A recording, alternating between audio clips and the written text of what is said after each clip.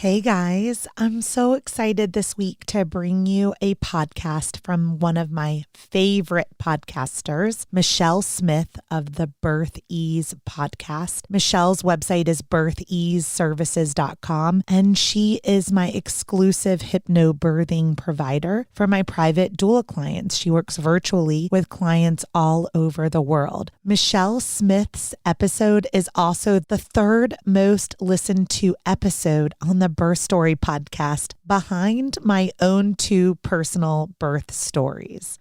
If you haven't listened to episode 30, What is Hypnobirthing? That I encourage you to go back and listen to Michelle's episode. This week, we turned the microphone around on me, and Michelle interviewed me on her podcast about the birth or the launch of Birth Story Media and how a book and an online course and a podcast came to be.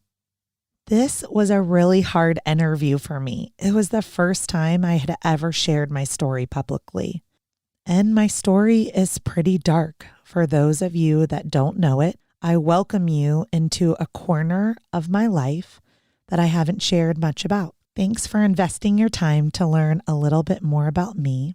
My story is about being broken and choosing to rise, choosing to survive, and launching a business and growing it in spite of it all. Welcome to this heartfelt space. I'm your host, Michelle Smith, and I'm so grateful that you are here.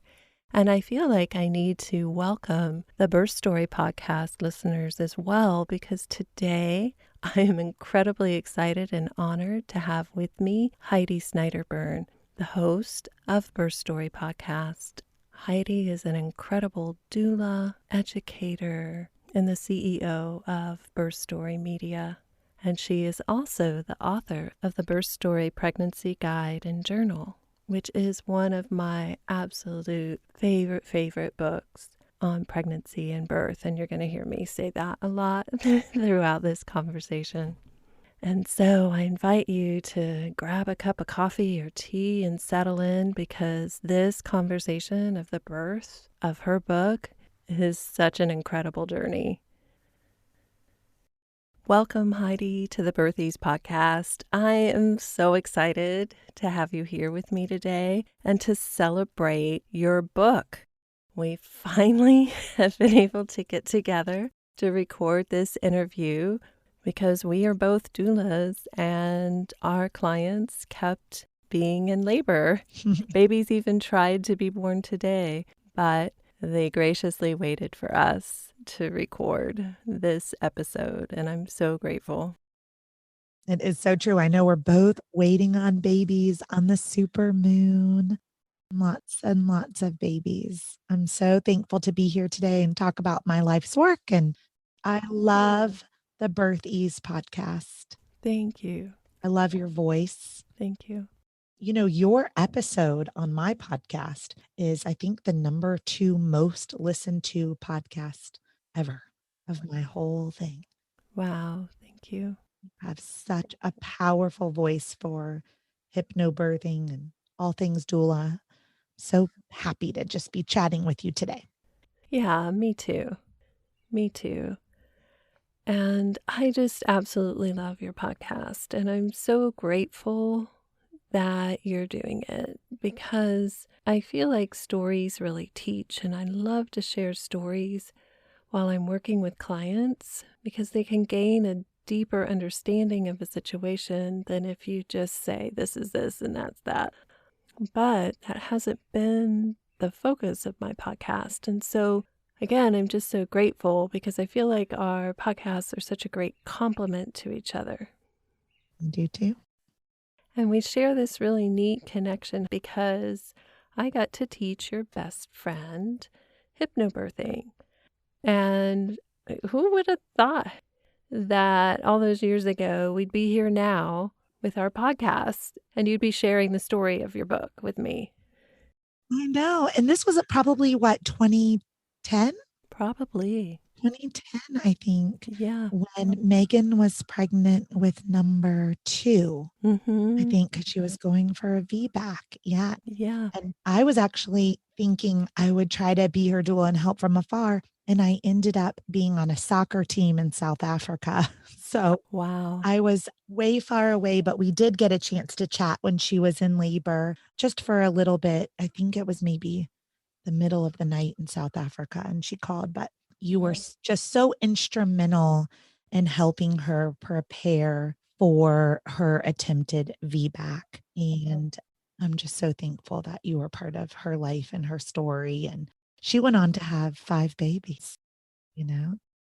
Yeah. Yeah. She's so wonderful.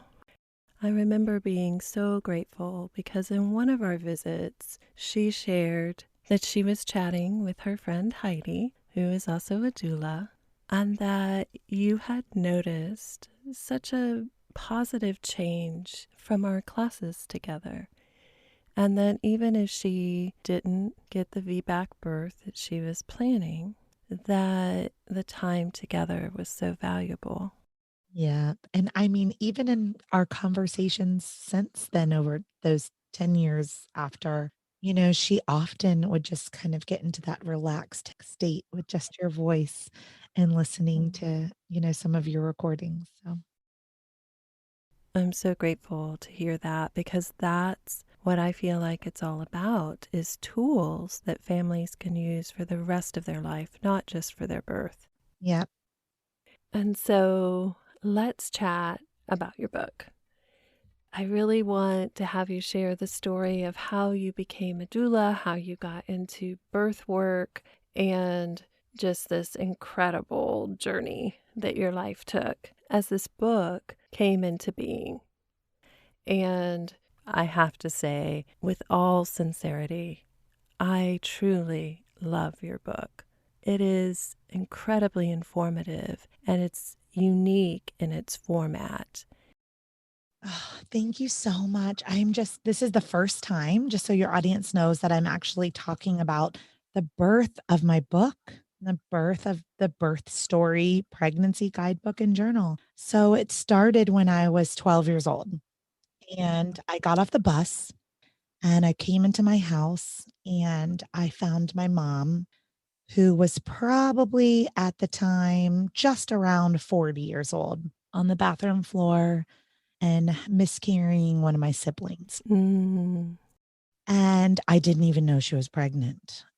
I remember that experience vividly. I was scared, but I was super calm. She didn't want to call, 911 or anything like that. She was just like so calm, and she was crying and sad. And she just was, the baby's coming, and just hold my hand or sit here with me. And it's going to be okay. It's a little tiny baby, and it's died.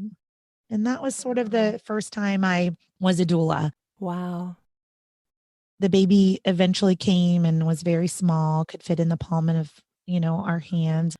I don't even remember if it was a boy or a girl, biologically, male or female, but we put it in a little shoebox and Mm, buried the baby in the backyard and kind of never talked about it again. I'll be honest, selfish little middle schooler moves on with your life.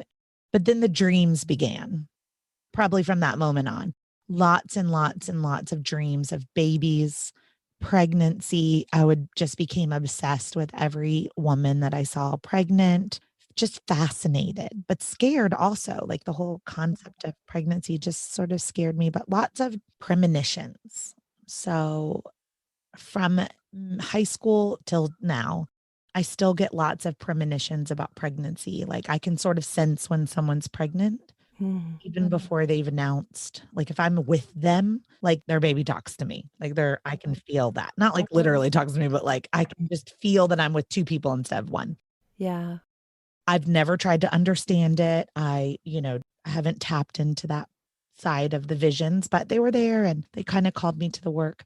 And then fast forward, I went to college and went to graduate school and was getting an MBA. And one of my girlfriends had called me and said that she had had a baby when we were in high school. I didn't know her in high school, and that she had already been through labor and delivery. And I believe her husband didn't know about that. And she really liked my massages and my soothing kind of voice and when things get really intense. And so I went to her birth. And it was so special to have been part of that story, to kind of know her secret and to have sacred space for that, but also help guide her and her partner through their inauguration into parenthood. Her first experience, she was a vessel to motherhood for someone else. And so this was her first time being a mom. And so I walked out of that room after 30 hours of labor. And when that little boy was born, I mean, my whole world changed. And my sister was like, "You were her doula." And I was like, "What is a doula?" And I immediately went to Google and I typed in DULA. Yeah. It's not how you spell doula. Hopefully, Yeah. if you're listening to this podcast, you know that it is DOULA. And my sister is a sweet little hippie. I love her, up in Asheville, North Carolina. And she shipped me this book called The Doula Book. Yeah. Hopefully, you have that, Michelle. Mhm. I think every doula has it. The Doula Book. And I read the Doula Book and I was like, devoured it. And I thought, what am I going to do with this? This is it. This is what God has been speaking into me for all of these years. And I just finished my MBA. So I did what all sane, rational people would do. I did both. So I joined corporate America and focused on healthcare and also was a doula on the side with every vacation day I had for years. Wow. How did you manage that? I was in sales. So as long as I hit my sales number, it was okay if you took a vacation day here or there. Oh, okay. And I didn't have a job where I had like projects with deadlines. That's not how sales works. It's kind of like show up, schmooze somebody, make a sale, and then like your month is over kind of thing. Okay. I had negotiated 4 weeks of vacation from a very young age. And then I eventually had 5 weeks of vacation. So I had so much vacation time. Someone would go into labor and I would just say, "Hey, I'm taking today off." Gotcha. And I would go to the birth. I was young too, so there was many stories where I was up all night laboring and I would keep my suit in the car because I worked at the hospital in sales and the moms were at the hospital. So I would walk out of the hospital in my doula yoga clothes Mhm. and then I would throw my suit on in the car and put some makeup on and then I would go right back into the hospital as the sales rep. I mean, I can't do that anymore in my 40s, Yeah. but in my 20s, Yeah. that's how I started my career and built my career as a doula.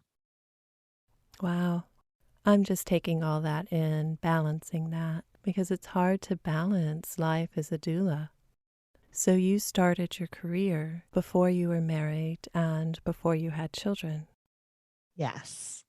It's only been in the last 3 years that I let go of my corporate career Wow. and I only am a doula. I mean, not only a doula, I also run my media company with the podcast and the book and all of that. But my only work is now as an entrepreneur and self employed with my doula business. Okay. And that was just of 3 years ago. I mean, I was 39 years old. From 25 to 39, I did both. Wow. And that's a thing a lot of people don't realize. Most doulas need to have some other form of income because you can only attend so many births a month, physically, mentally, emotionally, and you have to have that flexibility in your other job to leave at a moment's notice. Yeah. And you can only do so many. So even now, I have a partner, Colin, with the company Doula Differently, and we partner together on every birth, Oh, nice. but we only take 6 per month. So Colin attends 3 and I attend 3. I mean, every now and then we'll have a month where there's, August, this upcoming August, we have 9 clients, which is a little much for us. Wow. But we'll do it, we'll make it happen. But we try to just do 3 because otherwise, the empathy, the emotion, the physical, that goes into a birth. And I'm sure you're the same, Michelle. Doulas come out of the birth completely wiped out, completely depleted. It takes days to recover. Yeah. So, I mean, I know it takes weeks for the mom to recover, but it takes days for your doula to recover because I am pouring every ounce of energy and emotion and tenderness and coaching and just physical manipulation of their body and massage for 20 plus hours usually if it's a first time mom. Second, a little bit less with second time mom. But Yeah. Yeah, it is. It usually hits me day 3, and it's like, oh, I'm tired. It's like a bone weary tired. And for myself recently, for example, I filled in as a birth assistant for a home birth midwife friend of mine, and I ended up attending 4 births in 8 days. Too much. Yeah, I was just tired. And I like to space them out a bit more, but I was very grateful that I got a night's sleep in between. The babies all took turns. They were very kind and considerate.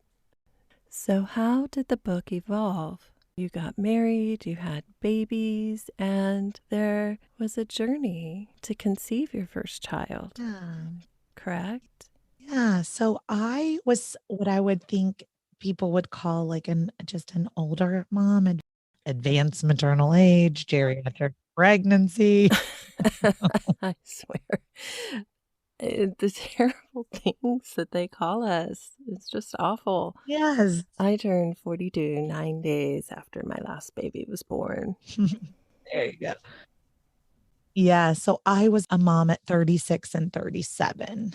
Okay.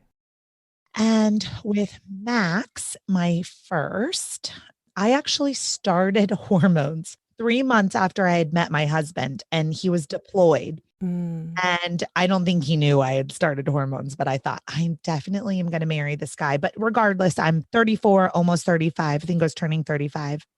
And I knew that if he wasn't the one, I was going to go down that route of like freezing my eggs or doing something, but I okay. wasn't ovulating. Oh, okay. So I was not having a period. I was not ovulating. And I went to the doctor and I was diagnosed in perimenopause Oh my gosh. At 35?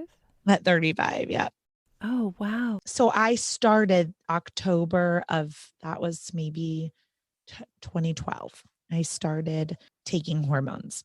And so it took 10 months for me to ovulate Mm, on these hormones. Now, in that 10 months, we fell in love and got engaged and then got married.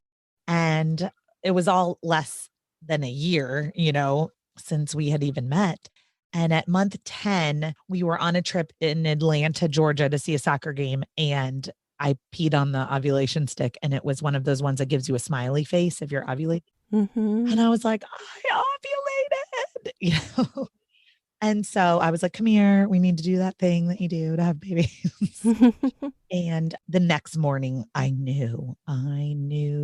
felt conception.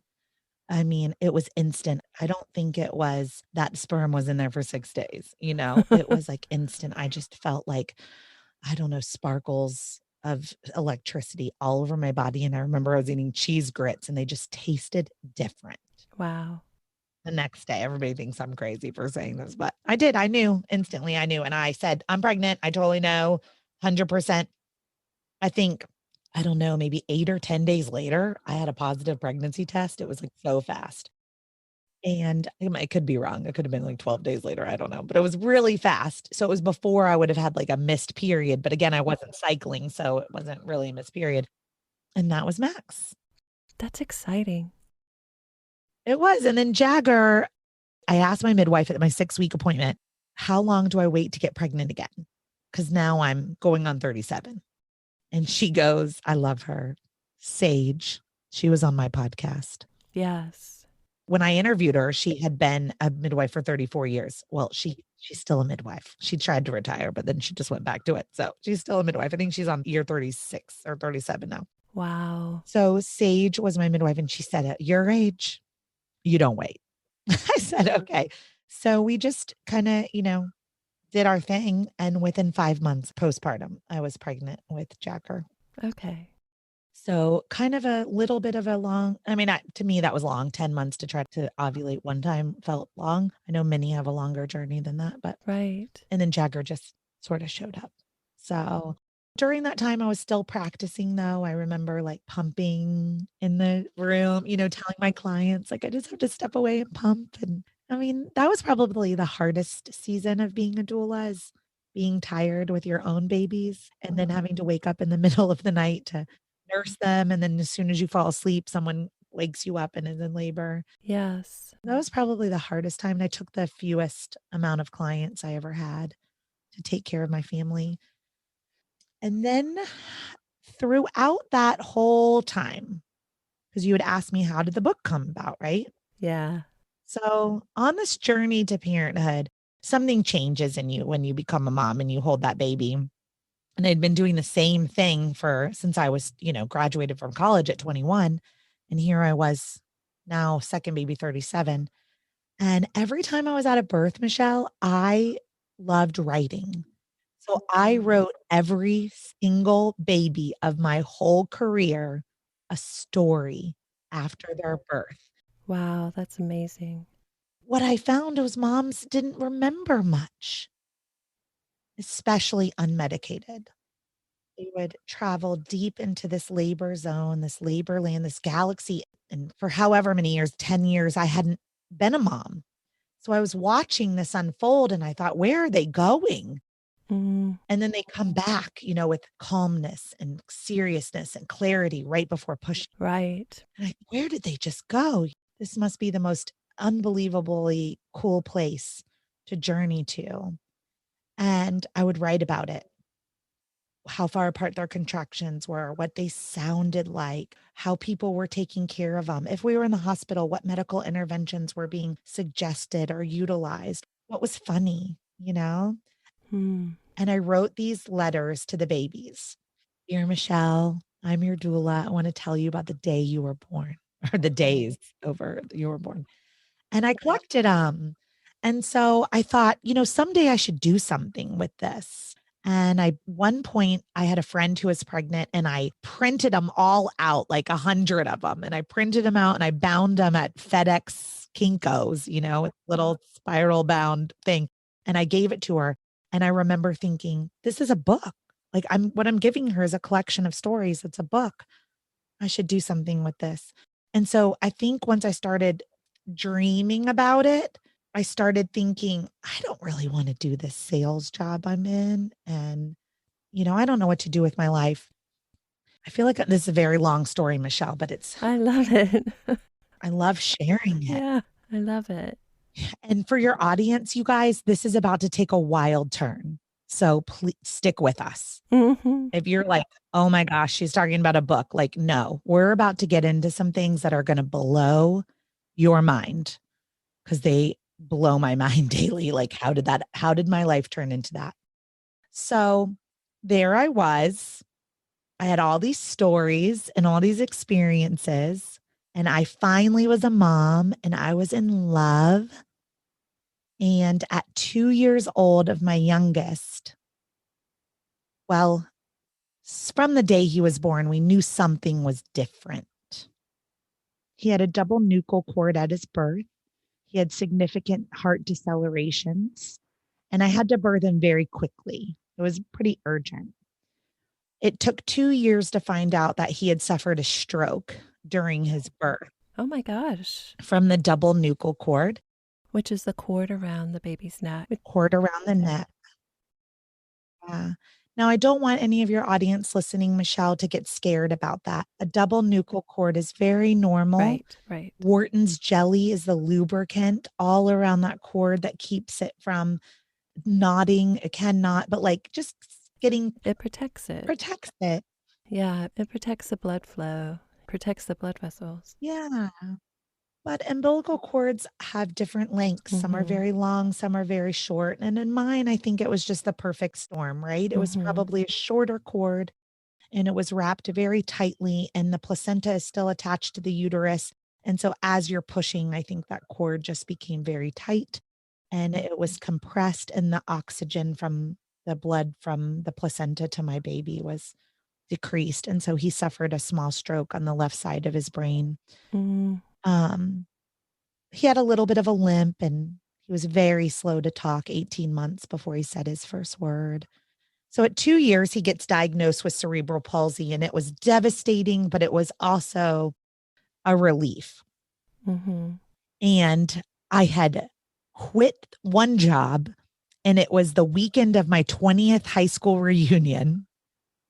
And I was starting that Monday at a brand new job. And over the weekend, Jagger was hospitalized for a whole week while they tried to find out what was wrong with him. Wow. And this is where my story takes a big, dark turn that ultimately led to this book and where I'm at now. Shamefully, we get out of the hospital and I got on a plane and I flew to Dallas, Texas for this new job where I was training for 3 months. Oh my gosh. One of the darkest times of my life. So you had to leave the kids for 3 months after that? I had to leave. Yep. My husband had recently graduated from college and graduate school. He had been the stay-at-home parent Oh, okay. and had a job at this point, but still like, kind of your first job out of the military. It wasn't quite paying what my job was. And I left. And it was so hard and it was so dark. And I just remember being in this hotel room for like 3 months thinking, this is so wrong. Like, what am I going to do with my life? And I got home and I told my husband, I have to quit my job. Like, we can't do this. I don't care how poor we are. I will take on doula clients, but I have to be home with him. He needs PT, he needs OT, he needs speech, he needs all these things. And I have to be home with him. Mm-hmm. And my husband's name was Justin. And Justin said, why don't you write your book? Like, I really think you could sell this book and make money and do what you love. And I really think that you could replace enough of your income with your doula business to help our family stay afloat. And I said, you're right. And I quit. Wow. After being gone for 3 months, putting all that time in. Well, I lasted until April. So I kind of had a 4-month transition, but by 4 months into the job, I was done. Oh, okay. It was hard for me because the job was something I could have been passionate about. It was epilepsy surgery in children who had had strokes and Oh, like wow. major birth traumas who were having significant seizures daily. And I was selling a device that helped reduce seizures. So it was a job I could have been very passionate about Yeah. in a community I really wanted to support, but I needed to support my child. Right. So you guys, are you with us still? Are you hanging in? Because this is shit is crazy what Yeah. I'm about to tell you. So here I am. I've got this kid with cerebral palsy. I've just quit my job. I'm totally in love with my husband. And I'm like, oh my gosh, what's going on? And one of my doula clients was adopting in Uganda. This is like the next summer. I'm like, I'm going to go on this little trip to Uganda and help her be her adoption doula. And like, I had played soccer in Africa for 2 summers. And so, like, the continent of Africa sort of has a big place in my heart. And now I was the stay-at-home mom and was trying to figure out what to do with my life. And I went on this trip to Uganda and I got back a couple weeks later. And I think my husband was afraid I was going to be like, we need to adopt 5 babies. And he had left a computer for me with a sticky note on the top of it that said, write your book. It is time. Wow. And I was like, you're right. It is time. And a month later, he tried to commit suicide. Oh my gosh. So there I was, 2018, no job, no motivation to write a book, deeply sad, trying to figure out what just happened. Why did my husband just try to commit suicide? Hmm. And I went away with the kids for 6 weeks so that my husband could go to get like some medicine and go to counseling and heal and all of these things. And we returned in October of 2018. And he handed me a letter and said, the words you never want to hear. We need to talk. 4 little words.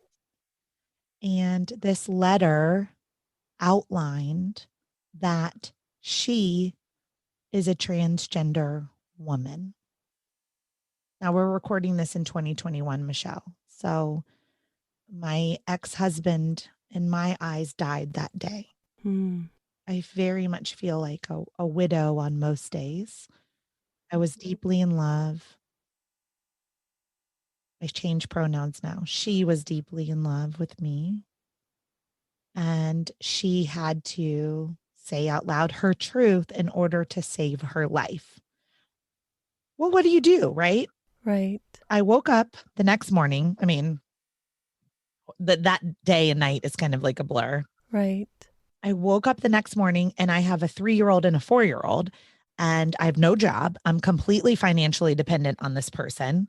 And I'm very confused. I'm in a very dark place. I've got this laptop that says with a sticky note on it. I still haven't opened that said, write your book. It's time. And I thought, what the F? I have to go take the kids to preschool right now. Right. Right. Like, what just became of my life? Wow. And even in the space of 3 years, I don't think there was the same awareness that there is now. No. So it must have been so shocking and isolating. You're right. 2018 was a different year than 2021, which I hope is a very different year than 2030. Yeah. Very shocking, very isolating. At the time, I would have used the word humiliating. I've grown through a lot of my grief. Hmm. At the day this happened, I'd never even heard the word transgender. I mean, besides like Caitlyn Jenner, I knew nothing. My world was devastated. Yeah. I'm not going to go into this whole story for your birth podcast, Michelle, but if anyone is interested in learning more about that journey, I connected with 2 other women in the world somehow with my same story of having a spouse who transitioned. And we started a podcast called Thanks, It's the Trauma. So that whole story lives on Thanks, It's the Trauma podcast. But as it pertains to the birth story, pregnancy guidebook, and journal, I dropped the kids off at preschool and I came home and I didn't know what to do. Like, what do you do? Just cry your life away? I knew that day I had to make a decision to survive. Yeah. Like, I knew that there was a light inside of me that was still flickering. And if I could just tap into that light that was flickering, I was going to make it. I was going to survive, right? Yeah. Like, I was going to lose my marriage. My spouse was going to transition to be a woman, and I didn't know what the consequences of that were going to be for friends, family, society, culture, schools, groceries, shopping. I mean, all the things. I was level 10 terrified. And I just came home and I thought, I have 3.5 hours a day alone. What am I going to do with that? And so I started Birth Story Media Wow. because I needed something that I was passionate about, that made me happy, that brought me joy. And, I knew with certainty that I had to write this book. And so I wrote it. My gosh. Wow. You had a dream about it too, didn't you? Yeah. Or, well, not really a dream. It was more of an experience, right? Yeah. I'm so glad you asked me about that. I forgot to tell that part of the story. So, for those of you that are listening to Michelle's podcast because you're into hypnobirthing and meditation, guided meditation, healing journeys, that kind of thing, this is a big part of my life. So, one of my best friends, Amy, lives in Louisville, Kentucky. And just before my life got turned upside down, I had flown to Kentucky to hang out with my best friend, Amy, and she took me to a salt cave. Now, remember, Michelle, when I mentioned that I have deep visions? Mm-hmm. Well, meditation can get scary for me because I can go deep and I can go deep quick and I can go far on these like, it's like I don't take opioids or but it feels like that I did, Right. because I can just go so deep into these almost like hallucinative imagination. We call it journeying inward, but like I can journey inward really quickly. So we had an hour in the salt cave, and I went to this crazy place, and I came out of it and I said to Amy, turn your video camera on, because whatever just happened to me in that room, we have to record it. Mm-hmm. So this was before I had quit my job. This was before my husband had let me know they were transgender, before my husband had tried to commit suicide. Like this is when like my life was good. Okay. Totally like in this amazing, like I have the best life place. And this vision was I had walked out into the ocean and all of the women that I had ever birthed with were surrounding me. And they came and lifted me up, and I was like laying flat on my back, and they lifted me up out of the water, and the sun was on me, and they were surrounding me. Hmm. And there was this black curtain, and I knew the future was on the other side of that black curtain. And up on the shore, I could see Max and Jagger and this little girl. And I remember I said there was the number 3 everywhere. So I'm remembering this journey, and it was just this number 3 everywhere. 3, 3, 3, 3, 3, 3, 3. And I was trying to make sense. Like, what does 3 mean? Who's this little girl? And then Max had picked up the little girl and was carrying the little girl. And Jagger had come out into the ocean with me. And it was very certain that Jagger, my youngest, and I were super connected, but that Max was very connected with this little girl. And I was like, who is this little girl? And I asked the meditation over and over again, like, where is Justin? Like, where's my husband? Where is he? What are we supposed to do with our lives? Are we going to move? Are we going to have new jobs? I was just kind of asking in this journey. And Justin was nowhere to be found Hmm. because my soul knew Kaylee's soul's story. We were married. God joined us as one. My meditation was sharing with me, that this little girl was being born, Kaylee, and Justin wasn't there. And this was a year before the truth unfolded. Wow. So I must have had this meditation at the exact moment that Justin was starting to realize and come to terms with the little girl inside of her that was being born, and that Kaylee was coming, and that Justin was gone, not there. And then there was this black curtain of the future. And I just kept saying, God, why can't I see my future? What's on the other side? And there was a rectangular cutout of the shape of a book, like a keyhole. God spoke directly to me in that moment, in that journey, and said, write your book. That is your key in the keyhole. And then I'll drop the curtain and I'll show you what the rest of your life looks like. Wow. I have goosebumps from head to toe. So, you guys, I wrote that book. I wrote that dang book in 3 months through grief. Wow. And I wrote it with every single person listening to this podcast, listening to my podcast, every person on a journey to parenthood. I wrote it with them in mind. And it was very much God led. God gave me every word in that book. So I took the collection of birth stories that I had from all of my clients, and I made a book about education through storytelling. Yes. So instead of me telling you what to do and how to be and what to eat and, what this is like, I told you stories of all of the women who came before you that had a doula that I was with and what their journey looked like.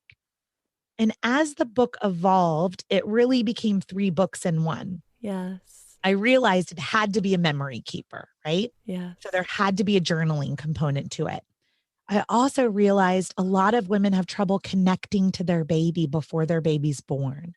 So there had to be a component of helping moms or those that identify as moms or parents connecting with the baby inside of them.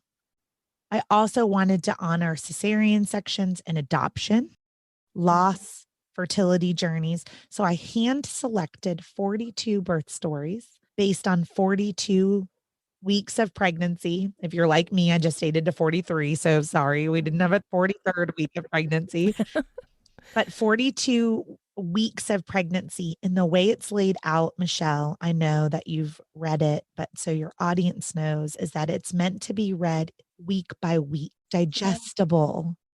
It's simple, it's easy, it's not overwhelming. Yes.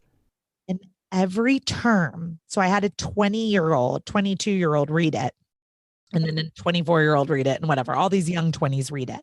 And I said, highlight anything you don't understand. So the first one is mucus plug. The next one is bloody show. The next one is 311 or 411 or 511, whatever people want to choose. But like, what is that? The next one is ring of fire. All these terms that I was using in the stories that these young girls were like, I don't know what that means. And those became pop outs, educational pop outs. But y'all, it's not like the dictionary says a mucus plug is. It's like from a doula, from the heart. This is my experience and what a mucus plug is, what it looks like, how you experience it. So each week you get a postcard from the womb, and that's the connection. That's the 42-week guidebook. That's week by week. What is happening with your baby inside of you? What's their development? What are your needs? How much water do you need to drink? What are we doing for your constipation? What's going on with your baby's eyes, heart, lungs, legs, bones? So each week you get to learn about what is going on with your baby and your body. Then you get an affirmation, which Michelle, you recorded for me. I did. I did. All of these amazing birth affirmations to this gorgeous music, but they're all written in the book. There's a journaling prompt that's really introspective because, again, I wanted the book to be a memory keeper. Like, write in this book, write in it, and keep it forever. And then read the stories and become excited and empowered on how to speak up, how to prepare, how to plan for the birth that you want, no matter what that looks like. That looks different for everyone. Yeah. Yeah. So that's my birth story, Michelle, of my book. Wow. You're just amazing. I have so many thoughts around it, so many. But I'm going to start with it's absolutely beautiful and it's heavy, it's substantial. And I feel like when women become pregnant, there's so little education because you don't go to your first OB appointment or midwifery appointment until you're 9, 10, 11 weeks. And you don't take childbirth education classes until later in your pregnancy, or you don't meet with your doula until later in pregnancy. Some reach out early, but there's this little, I'm just going to call it a void in that education, in that support. And so your book really helps to fill in that space. So there's guidance and there's a voice and there's somebody there with you because there's so many questions. And that's one of the things that I really love about your book. Thank you. All of those things were built with intention. I took 17 years as a birth doula, and I also devoured every pregnancy book on the market, just so everyone's clear about that. I did my research. Yes. And you have an OB that consulted with you for the book as well, correct? Oh, yeah. I'm sorry. I should give Dr. Thorpe a lot of credit here. So I wanted to make sure that everything that I was saying was medically accurate because I am not a medical professional. So I did partner with the director of obstetrics from Chapel Hill, one of our leading universities in our country for obstetrical care. So Dr. John M. Thorpe Jr. He's very philanthropic and he runs a program at UNC Chapel Hill called UNC Horizons. And it focuses on helping women that are addicted to opioids and drugs not have their babies taken away from them and to help get them clean and sober, find jobs, give them skills. It has a 5-star daycare associated with it, and it has housing and it keeps moms and babies together. Wow. So Many of the proceeds of each book go to UNC Horizons because of the contribution that Dr. John Thorpe put into making sure that the book is medically accurate for each reader. Wow, that's beautiful. I'm at a loss of words. It's just really incredible. Yeah, we're really building a company. I mean, philanthropy was at the forefront of this. The podcast, the Birth Story podcast was meant to be free, right? Just like mine. Yeah. Yeah. If you can't afford a doula, if you can't afford a book, if you can't, I hope that OBGYNs and midwives across the country will say, can you find your way to a podcast player? Right. And get education through some of these amazing podcasts like the Birthies podcast, right? Like the Birth Story podcast. These are opportunities for free resources. And so it was really important that we had that philanthropy built in with, so the book you have to buy it. You have to pay for it. But then what were we going to do with the proceeds, right? Besides, help a single mom pay for Right. her groceries, Right. Which is you know? important. Right. So some of the proceeds go to UNC Horizons and then others go to Joe Pre, which is the nonprofit for the orphanage that I had mentioned Oh, in Uganda. So it pays the teachers' salaries and helps put food, like healthy, nutritious food on the lunch table for all of the students and orphans in this. It's a school/orphanage called Kidron Valley School and Orphanage in Jinja, Uganda. wow. Wow. So hopefully everybody wants to buy a copy. Yes. Again, it's a really beautiful book. And I am absolutely awed that you could write this book in 3 months with everything you were going through. I think anytime someone's experienced a significant trauma is in a grieving process, it's important that we find that light though. Like, and that light looks different for everyone. So for me, I could feel that there was a tiny smidgen of a piece of joy inside of me. And I knew that that joy was coming from my children and it was coming from my life's work as a doula. And so it was like, if I can just pour into those two things, I could find joy. I would survive. Like, I would survive it. And here we are. Like, I want to be very clear for the listeners too. I am grieving deeply still. I still cry every single day over the life that I lost, right? Every day. And it's been almost 3 years. I'm not sure how long you grieve. It could be a lifetime. I've never been on a date again. I'm not sure I ever will. I've lost many friendships over this because transgender women don't make everyone feel comfortable, right? Yeah. It has been very isolating, very lonely, very sad.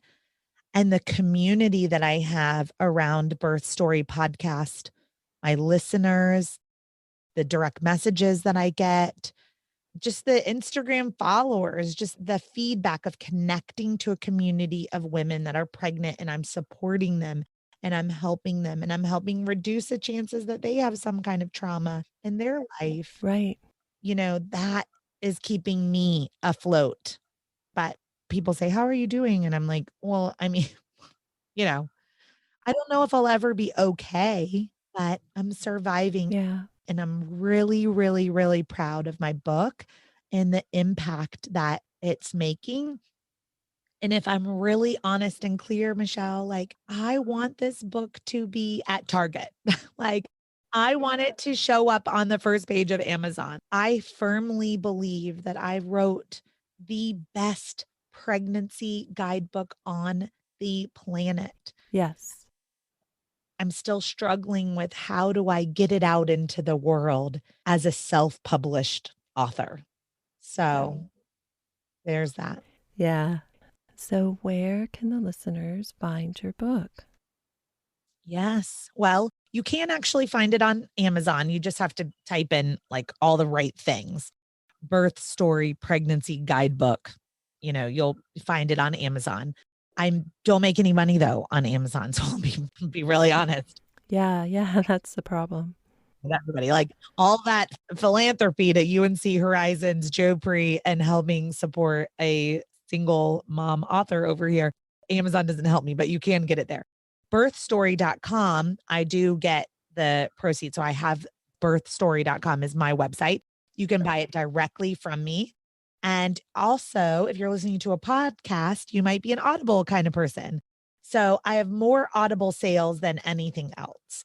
So you can use one of your monthly credits that you get and download the audiobook on Audible too. Okay, wonderful. Yeah. And then, Michelle, for your listeners, I made a discount code because I really want your clients and your listeners to have access to my book. And so it will be 50% off and free shipping if they buy it directly from me. So if they go to birthstory.com and use code BIRTHEASE, so just BIRTHEASE, BIRTHEASE, then I'll give them 50% off and free shipping. And it would be my pleasure to give that to your audience. Oh my gosh, Heidi, thank you. Thank you. That's so generous. And I know my listeners and my clients will truly gain so much value from that. So generous. And so before we close out this conversation, I like to ask my guests to share a pearl of wisdom with the Birthies families. And I'm sure that this pearl will be valuable to the Birth Story families as well. So, what would that pearl of wisdom be? Patience. Yes, yes, yes. So I alluded to the fact that I had a 10-month fertility journey, and I alluded to the fact that I had a 43-week gestation of my very healthy 10.5 pound first child that I birthed vaginally. But mamas, I see you and I feel you, and I went through it myself. It is very difficult to be pregnant and to sit day by day without control, seemingly, right? But there is so much we can control, right? We can eat nutritious food. We can put our feet up. We can practice our hypnobirthing. We can practice relaxation and self care. And we can practice patience. So, if there's anything that's really part of my doula business that my clients hear over and over again, is like, you just have to make plans that you hopefully will break, but don't sit around for 9 or 10 months waiting for your baby to come. Your baby is coming. Your baby is safe. Your baby is growing. Everything's going to be fine. You don't have to race into an induction if you are healthy. The average gestation of a first time mom goes well into the 42nd week. So just sit tight. Trust your body's innate wisdom and that you'll have a baby. They are coming. My second pearl of wisdom from my whole experience, Michelle, is that gender and biological sex are two different things. And the baby inside of you, the only thing that you may know about them if you test in advance or do an ultrasound is you may know their biological sex. That is not their gender. Gender is defined as a social construct. It's something emotional. It's about feelings. It has nothing to do with your genitals.